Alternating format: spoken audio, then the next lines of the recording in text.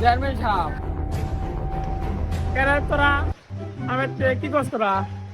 ওই ওই টেলটুয়া আমাকে ওই মারার জন্য লোক ভাড়া করছে। কি পল্টু এত বড় সাহস?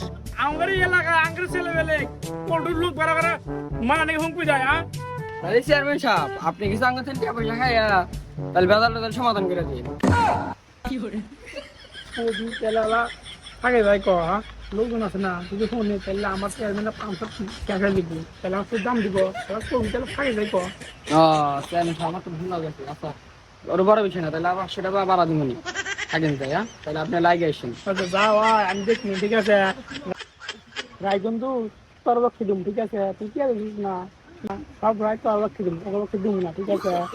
উল্টো রায় উল্টা তুই কি আর এড়ে দিম বুঝছো? আচ্ছা তাহলে থাকেন, তাহলে আপনি আইসেন। না তাহলে চলো ভাই। দেখ ভালো হইলো হ্যাঁ এবার এবার আইসে একটা কাম হইলো আমারও ভালো ঘর নাই এই সুযোগে মাছ কিনে না বসবে না খাই গা যাই।